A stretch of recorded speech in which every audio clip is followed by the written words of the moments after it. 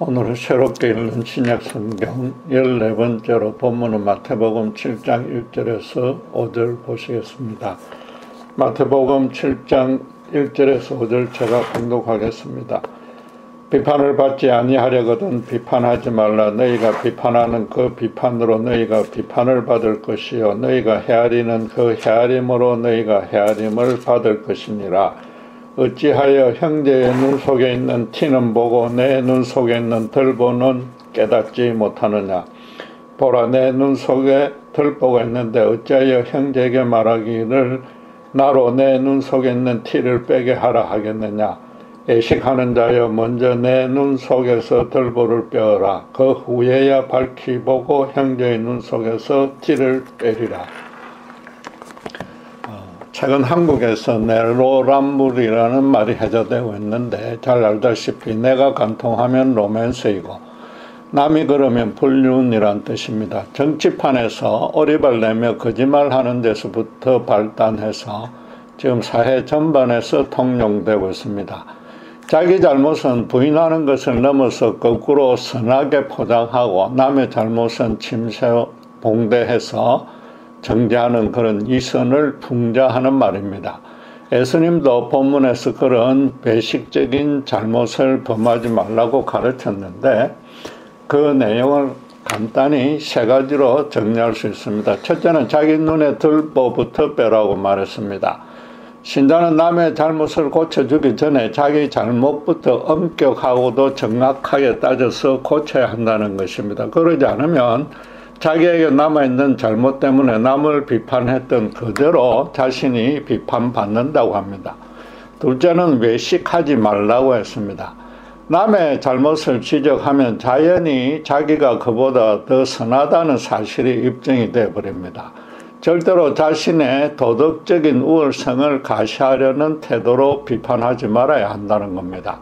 셋째는 자기 들보를 먼저 본 후에 상대에게 티끌을 빼라고 했습니다. 자기부터 먼저 고친 후라면은 그의 잘못을 알려줘도 된다는 겁니다.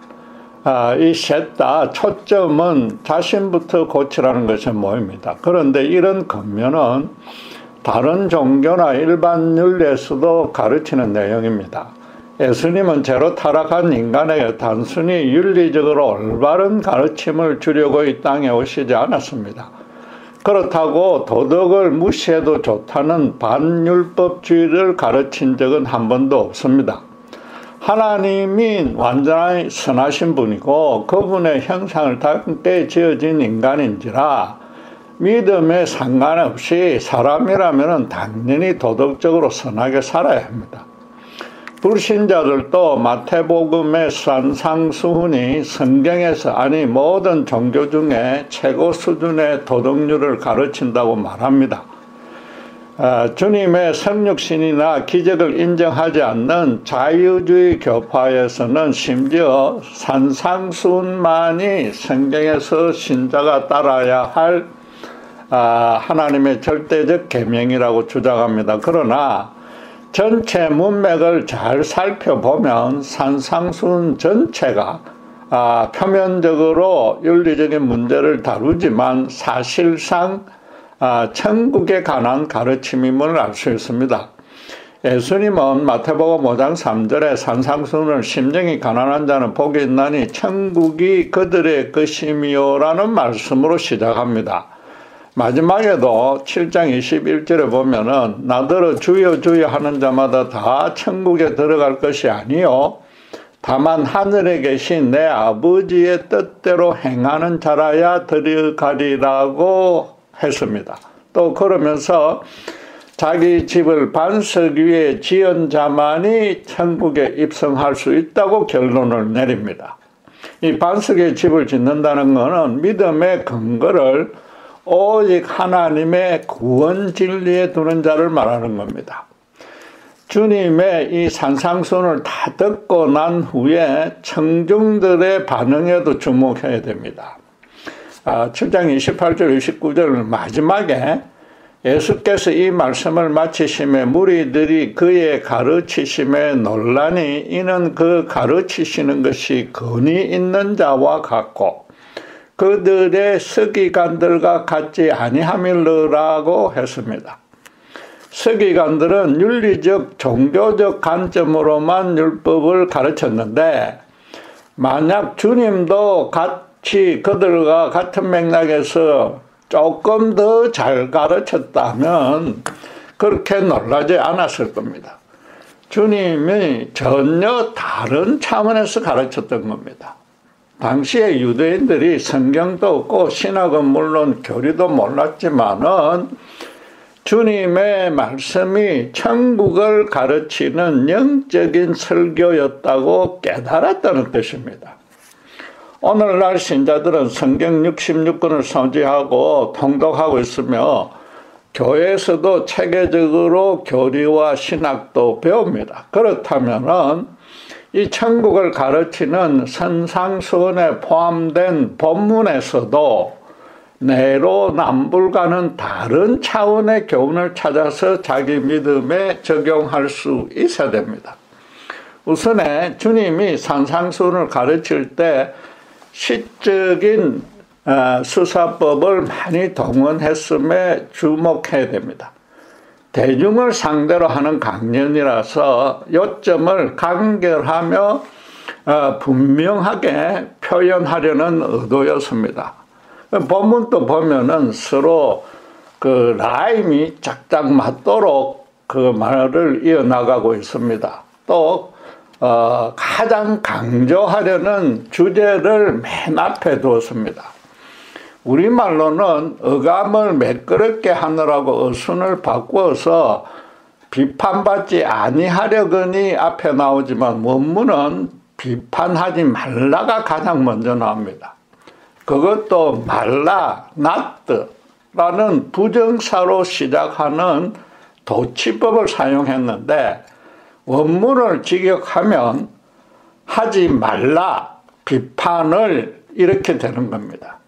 따라서 본문의 첫째 가는 주제는 너희는 비판하지 말라는 겁니다. 무엇보다 지금 설교를 듣고 있는 모든 제자와 청중을 뭉뚱그려서 너희라는 인칭 대명사로 받았습니다. 청중 중에는 아직 주님을 믿지 않은 자도 많았을 것이므로 이건 모든 인간에게 주시는 말씀입니다. 대놓고 내로남불에 외식을 하는 일부 사람들만 꾸짖지 않은 것이란 말이죠. 말하자면 주님은 모든 인간은 절대로 남을 비판해서는 안 된다고 가르치신 셈입니다. 자기 허물이 더 클 수 있으니까 자기를 돌아보지 않고서 남들부터 비판하지 말라는 단순한 뜻이 아닙니다. 서로 다툼이 생기면 내 탓이라고 먼저 겸손히 인정하고서 미처 몰랐던 자기 허물부터 되돌아보라는 그런 가르침에 거치지 않는단 말입니다. 너희라는 대명사가 의미하듯이 모든 사람이 예외 없이 내로남불을 하고 있다는 겁니다. 앞뒤 문맥으로 따져도 본문의 윤리적 가르침을 넘어선다는 점을 쉽게 알 수 있습니다. 바로 앞에서 주님은 현실적인 궁핍만 해결하려고 기도하지 말고 하나님의 나라와 그의 의를 먼저 구하라고 했습니다. 먹고 마실 것이 부족해지면 불신자들도 나름 기도하므로 천국에 입성할 신자는 자기 삶의 모든 영역에 하나님의 거룩한 통치가 임하기를 간구하는 그런 기도부터 하라는 겁니다. 그러면 신자에게 무엇이 필요할지 다 아시는 하나님이 먹고 마실 것들은 채워주신다고 약속했습니다. 반석 위에 집을 지으려는 것과 같은 맥락으로 신자는 하나님의 뜻대로 살아가는 일에만 집중하라는 겁니다. 또 언뜻 아주 뜬금없이 보이는 본문에 이어지는 6절 말씀도 천국에 관한 내용입니다. 거룩한 것을 개에게 주지 말며 너희 진주를 돼지 앞에 던지지 말라. 그들이 그것을 발로 밟고 돌이켜 너희를 찢어 상하게 할까 염려하라고 했습니다. 여기서 거룩한 것은 당연히 내로남불 같은 윤리적인 가르침이 아니라 천국 복음입니다. 개나 돼지도 단순히 유대인들이 율법을 모른다고 죄인이라고 멸시했던 이방인들이 아닙니다.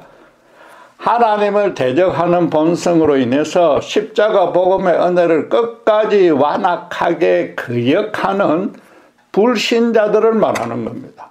그러니까 예수님은 12제자들을 선교 훈련을 내보내면서 마태복음 11장 14절에 천국 복음을 받지 않으면 미련을 갖지 말고 그 집이나 성을 떠나고 발에 먼지를 털라고 가르쳤는데 그게 바로 본문임이란 말입니다. 바울도 지성적인 사람들이 모여서 세상 진리를 토론하기를 즐기는 그리스 아테네에서 열심히 전도했으나 아무 반응이 없습니다. 다른 지역과는 달리 그곳에 머물지 않고 선교하려고 계속 머물지 않고 곧바로 그것을 떠나버린 까닭이기도 한 겁니다. 이처럼 본문은 앞에 하나님 나라에 관한 말씀이 있었고 뒤에 천국에 관한 말씀이 있었고 그 사이에 위치합니다.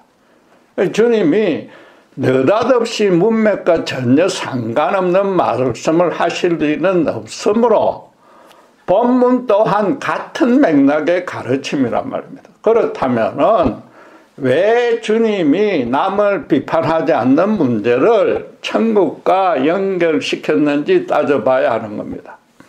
이미 말씀드린 대로 모든 사람이 내로남불하기 때문입니다. 모두가 영악하고도 치사하게 예식하는 위선자라는 뜻은 물론 아닙니다. 불신자 중에도 누구에게나 자상하고 겸손해서 사회에서 존경받는 사람도 많고 거꾸로 신자 중에 성경적인 지식을 자랑하며 소속 교회 교인들마저 대놓고 무시하는 자도 있습니다. 그런데 주님의 모든 교훈은 인간이 예적으로 실현하는 윤리 측면보다는 인간의 근본적인 본성을 다루고 있습니다. 사람은 모두가 자기는 남들보다 아주 선하다고 스스로 확신하고 있다는 겁니다. 자연히 남들을 자기보다 선하지 않다고 판단되므로 항상 자기들 보는 뒷전이고 남의 뒷걸만 빼려 한다는 겁니다. 남을 비판하려는 것이 인간에게 하나의 본성처럼 자리 잡았다는 겁니다. 그런 잘못을 쉽게 이해시키려고 들보와 티끌에 비유했을 뿐이지 남을 비판하는 일에 우열이 있다는 것은 아닙니다. 바늘 도둑이 소도둑 된다는 속담의 참뜻도 죄의 질적 양적 차이가 있다는 것이 아니라 도둑질 하려는 신분은 어려서나 커서나 항상 똑같다는 것과 지금 같은 표현이란 말입니다. 하나님의 형상을 닮은 인간인지라 상식 수준의 윤리식은 누구나 소지하고 있습니다. 선행을 하고 나면 자신이 어렵다고 여기고 또 죄를 범하면 내가 악하다고 여깁니다. 그런데 그 선행과 악행이 자꾸 교차하니까 모두가 자기 속에 천사와 악마가 공존한다고 생각합니다.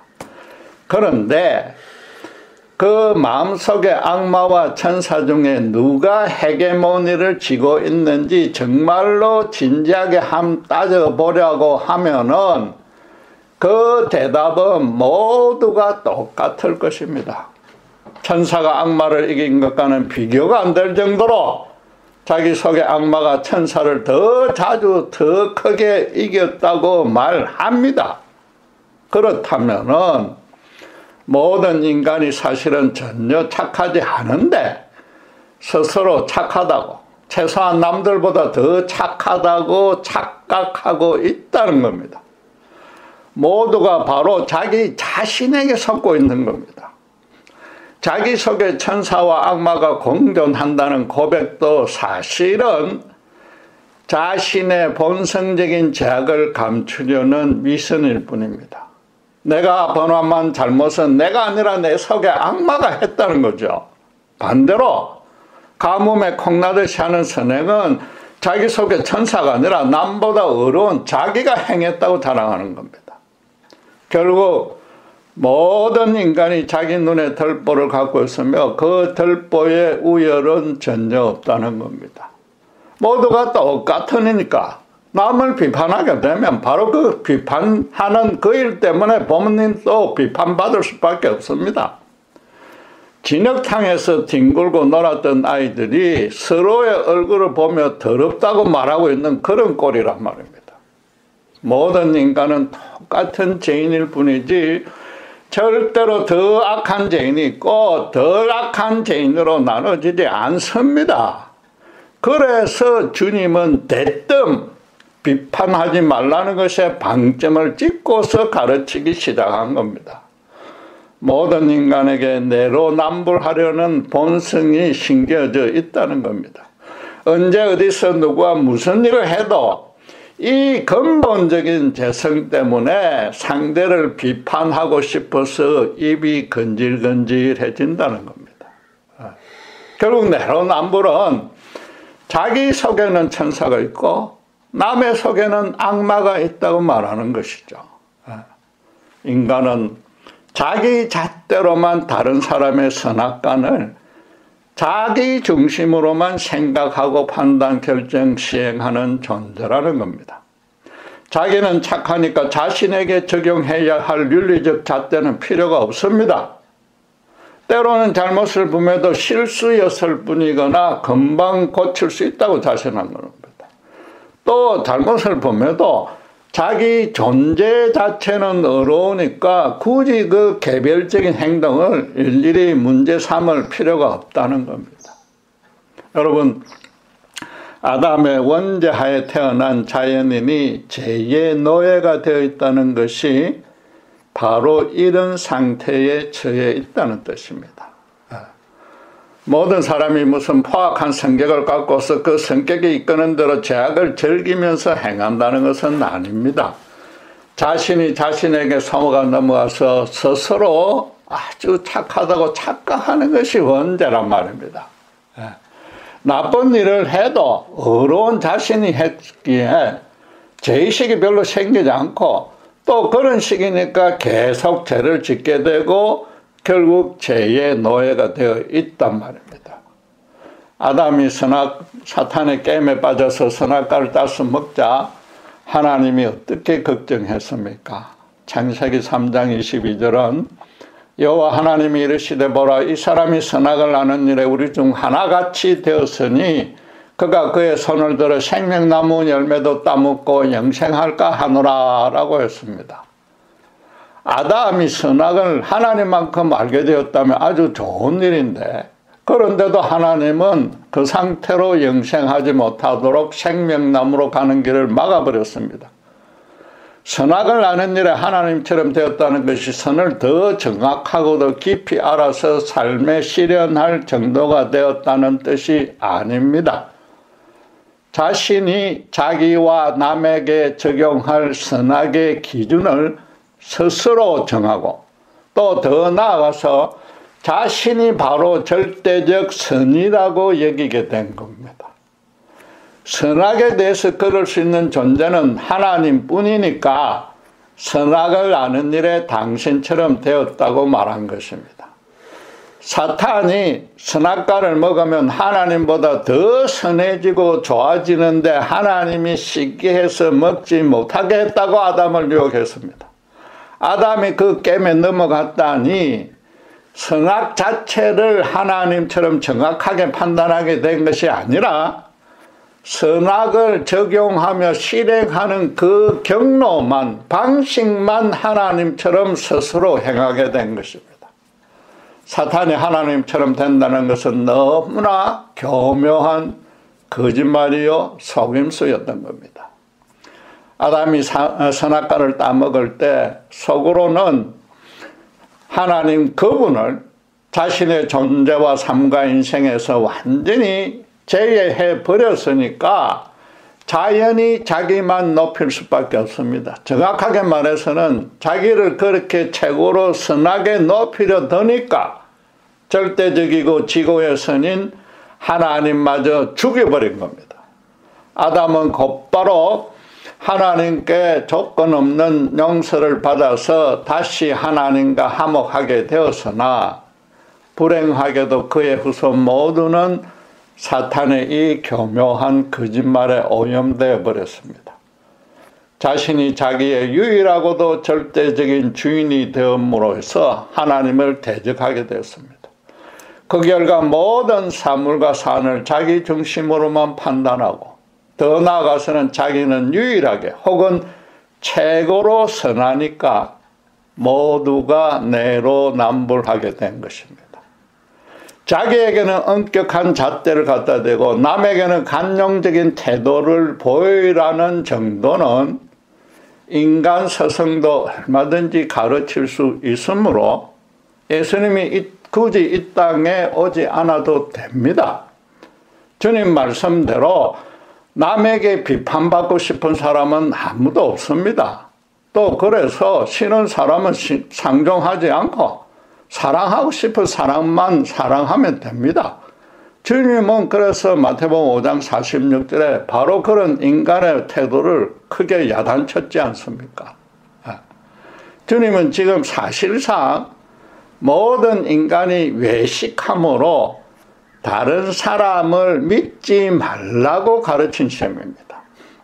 사회생활에서 일상적인 관계를 통해서 서로 교제하고 섬기는 것을 금지하는 뜻은 아닙니다. 다른 사람에게서 아무리 그 사람이 믿음이 좋아도 심지어 크게 존경받는 영성 깊은 목사라도 사람에게서 온전한 선이 나올 것은 기대하지 말라는 겁니다. 그러니까 다른 인간에게 자신의 삶과 인생을 특별히 영적인 상태를 거룩하게 바꾸는 일을 맡기지 말라는 겁니다. 인간의 진짜 영적인 실상을 정확히 알면은 인간은 서로를 의지할 수 있는 그런 존재가 전혀 아니라는 겁니다. 예수님도 이 땅에 인자로 계실 동안 어떤 사람도 들으시면 좀 놀라시겠지만은 전혀 믿지 않았습니다. 요한복음 2장 24절 25절은 이렇게 말합니다. 예수는 그의 몸을 그들에게 의탁하지 아니하셨으니 이는 친히 모든 사람을 아심이요 또 사람에 대하여 누구의 증언도 받으실 필요가 없었으니 이는 그가 친히 사람의 속에 있는 것을 아셨음이니라. 주님은 모든 사람의 속을 아심으로 사람에게 전혀 의존하지 않았고 또 다른 이가 당신에 대해서 변호하고 증언해 주는 것도 바라지 않았다고 합니다. 주님이 하셨던 사람의 속은 당연히 마태복음 15장 19절 말씀대로 낮서부터 죽을 때까지 악한 생각과 살인과 간음과 음란과 도둑질과 거짓 증언과 비방으로 가득 찬 상태를 말합니다. 본문에 가르친 거짓 증언과 비방도 그 안에 포함되었습니다. 만약 사람의 마음에서 사람을 근본적으로 의롭게 바꿀 만한 것이 조금이라도 있다면 주님은 이 땅에 오시지 않고도 서기관을 통해서 율법을 가르치고 훈련시키면 되었습니다. 그러나 살펴본 대로 직접 오셔서 가르치신 내용부터 서기관과는 전혀 달랐지 않습니까? 주님은 안타깝게도 수제자인 베드로조차 마지막까지 전혀 믿지 않았습니다. 십자가에 달리실 때 사람의 변호는 전혀 기대하지 않았고 스스로도 일절 변명하지 않았습니다. 만약 예수님이 자유주의 신학자들이 주장처럼 단지 도덕 선생이었다면 당신의 대적들을 어떻게 고쳐보려고 끝까지 선하게 말로서 권면하고 또 당신에 대해서도 변호했을 것입니다. 주님은 사람의 마음을 정확히 아시는 완전한 하나님이시므로 무슨 말을 해도 아무 소용이 없다는 것을 너무나도 잘 아셨던 것입니다. 그렇다면 주님이 십자가에 죽은 의미가 무엇입니까? 인간을 전혀 믿지 않았기에 아무 말씀 없이 그냥 죽어버리면 아무 의미가 없는 것입니까? 여러분, 절대 그렇지 않습니다. 인간을 전혀 믿지 못해도 절대로 인간을 포기할 수는 없었던 것입니다. 인간이 너무 불쌍하고 안타깝고 나아가서 그들을 그럴수록 더욱 너무 사랑했기 때문입니다. 자기가 얼마나 악한 존재인지 전혀 모르고 모두가 자기는 선하다고 착각하고 있으니까 하나님 보시기에 얼마나 외로웠겠습니까? 완전한 비유는 아니지만 지체 부자의 아들이 자기는 그런 줄도 모르니까 겨우 몇 발짝 걸었고 또 구구단 알게 된 그런 경우입니다. 그래 놓고는 그 아이가 스스로 자기가 아주 능력 있고 똑똑하다고 착각하고서는 부모의 도움이 전혀 필요 없다고 우깁니다.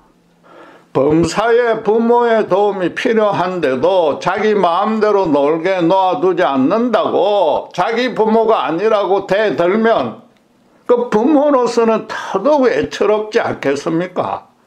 실제로 구약시대에 그 많은 선지자들을 계속 보내서도 하나님이 예비해 놓은 극소수의 남은 자들 외에는 모두가 힘을 합쳐 선지자들을 거의 다 죽여버렸습니다. 그것도 하나님을 안다는 이스라엘 백성들이 그렇습니다. 예수님이 십자가에서 아무 말 없이 죽으셨으나 인류에게 던진 침묵의 메시지는 바로 이것입니다. 너희가 지금 사탄에서 속아서 너희만 높이려다 보니까 너희가 어렵다고 너희 스스로에게 완전히 속고 있다. 아담의 원죄로 인해서 선을 네가 정하고 네가 바로 절대적인 선이라고 지금 끝까지 고집한다. 과연 그러한지 나의 이 십자가 죽음을 보고 판단해보라. 이제 내가 십자가에 죽어서 사탄이 너희에게 지은 멍에를 완전히 깨트려 부수고서 하나님을 제대로 알고서 진심으로 사랑할 수 있는 그 상태로 돌려놓겠다. 그 약속의 보증으로 사흘 만에 내가 부활하고 또 너희를 위로할 성령을 보내주겠다. 그러니 제발 스스로 어렵다는 착각을 버리고 죽어 마땅한 죄인임을 깨닫고 조건 없는 이 사랑의 용서를 믿음으로 받아들이고 제발 하나님께 돌아오라. 그 메시지란 말입니다. 주님이 당신께서 사람을 아무도 믿지 않는다고 하신 말씀 앞에 요한복음 2장 22절에 죽은 자 가운데서 살아나신 후에야 제자들이 이 말씀하신 것을 기억하고 성경과 예수께서 하신 말씀을 믿었더라라고 증언합니다. 1차적으로는 성전을 사흘 만에 다시 짓겠다고 주님이 생전에 하신 말씀을 기억했다는 것입니다. 그리고 부활 후에는 예수님이 가르치신 진리를 비로소 성령의 간섭으로 믿을 수 있게 되었다는 겁니다. 주님이 그리스도요 하나님이시요 그분이 나를 대신해서 십자가에 죽은 그 복음을 깨닫게 된 겁니다. 신구약 성경 66권은 예수님과 그분의 십자가 구원에 관한 책입니다. 모든 이가 원죄 아래 사탄에 미혹되어서 자기가 세상에서 가장 어렵다고 믿는 그 완악한 고집을 예수님께서 뜯어 고치시는 그런 이야기입니다. 주님은 사람을 전혀 믿지 않았으나 너무나 불쌍해서 절대로 포기하지 아니하셨고 무엇보다 아주 사랑했던 것입니다. 인간 부모도 장애아가 자식 중에 가장 사랑스럽다고 이구동성으로 고백합니다. 자기들보는 절대 스스로 보지 못하는 영적 장님인 인간을 고치는 데 필요한 것은 윤리적인 가르침이 아니며 그것으로는 절대로 불가능합니다. 영적 시력을 회복시켜줄 수술하는 자, 구원하는 자가 필요합니다. 똑같이 눈에 들보를 갖고 있는 인간이 다른 인간을 고칠 수는 절대 없습니다. 인간이라는 존재 자체를 중생시킬 수 있는 하나님이 구원자여야 했기에 예수님은 완전한 하나님이셨습니다. 또 그런 구원의 진리를 십자가에 죽고 부활하는 모습으로 직접 가르쳐야 했기에 완전한 인간으로 오셔서 모두가 스스로 속고 있는 이 땅에 오신 것입니다. 그런데 주님이 정작 본문에서 강조하고 있는 내용은 따로 있는데 맨 끝에 나옵니다. 먼저 내 눈 속에 5절에 눈 속에서 들보를 빼어라. 그 후에야 밝히 보고 형제의 눈 속에서 티를 빼리라. 신자는 너무나도 당연히 자기 눈에 들보가 있다는 사실을 아는 정도로 거쳐서는 안 되며 자기 눈에 들보를 완전히 빼어야 합니다. 그러면 자기를 밝히 볼 수 있기에 형제의 눈 속의 티를 볼 수 있다고 말하지 않고 빼리라고 했습니다. 남의 눈에도 티끌이 아니라 들보가 있지만은 신자들은 그를 위하는 마음으로 티끌이 있다고 진심으로 권면해 주는 것을 넘어서 자기처럼 그 들보를 온전히 보고 뺄 수 있도록 도와주라는 겁니다. 하나님 앞으로 먼저 들어온 신자가 그들로 하나님 앞으로 돌리게 하는 일을 하란 말입니다. 십자가 복음으로 먼저 자기 착각에서 벗어난 신자들은 불신 이웃에게도 그 은혜를 증거해서 그들로 주님의 십자가 사랑으로 초대하라는 겁니다. 예수님이 이 땅에 오심으로 천국도 함께 도래했습니다. 당신의 백성들을 이 땅에 세우게 할 하나님의 나라는 절대 상호 비판하지 않고 사랑으로 섬기는 공동체여야 한다는 겁니다. 모든 이가 자기의 영적 실상을 전혀 모르고 서로 어렵다고 여기니까 서로 비판할 자격 자체가 없다는 겁니다. 주님의 이 말씀은 21세기 이 세대에 사실은 인간이 생존하는 한에는 모든 세대에 정확히 그대로 적용됩니다. 모두가 선악을 판단하는 자신만의 기준을 갖고 있습니다. 나아가서 자신이 바로 절대적 선이라고 고집합니다. 그래서 자신은 물론이고 자기가 추구하는 삶의 방식이 남들에게 비판받을 수 없다고 주장합니다. 모든 이가 따라야 할 절대적인 선과 악의 기준이 없기 때문이라고 합니다. 한마디로 지금은 하나님을 완전히 죽여버린 세대입니다. 만약 하나님이 없다면 인간이 스스로 좋은 대로 행하는 것을 다른 인간이 절대 비판할 수 없습니다. 그 말이 맞습니다. 지금 세상에 예수님과 그분의 십자가에 대해서 끝까지 코웃음치고 기독교를 우매하기 짝이 없는 캐캐묵은 종교라고 비판하는 까닭입니다. 그런데 그들도 예수님이 역사상 최고의 성인이었고 그 가르침도 최고의 도덕이라고는 인정합니다. 그래 놓고 자신의 판단과 자신이 최고의 신이라고 우깁니다.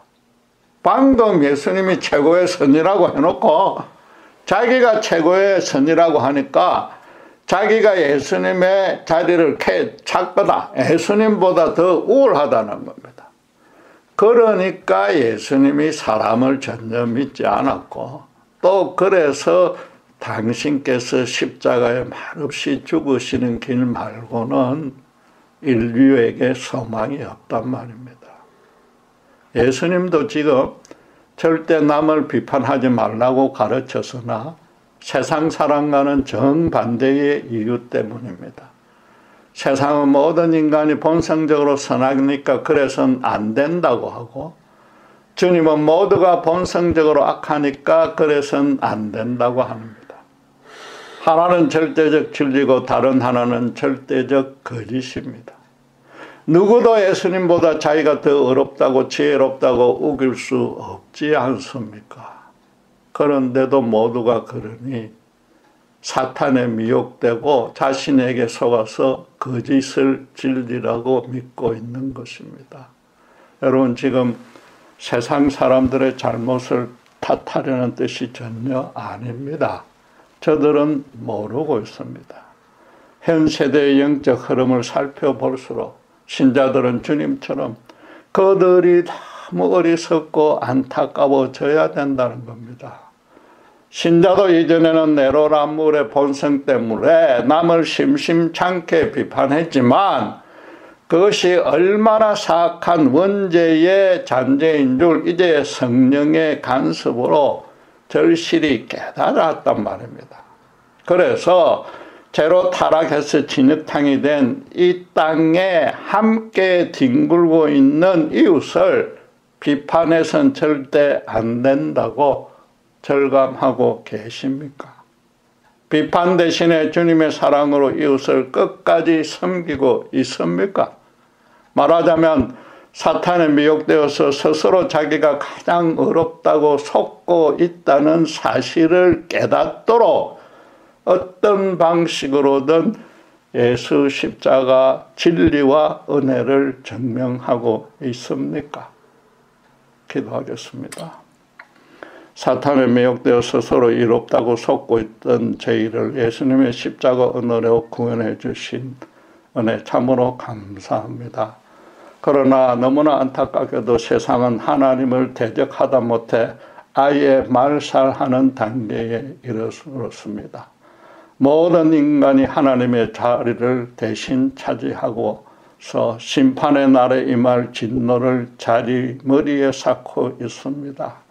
하나님 아버지, 이 세상들을 불쌍히 여기시고 끝까지 참으시고 또 그러기 위해서 연약한 저희들을 사용하여서 예수님의 십자가 사랑을 온전히 어떤 방식으로든 전할 수 있도록 저희들을 인도해 주시옵소서. 감사합니다. 우리 주 예수 그리스도 이름으로 기도드렸습니다.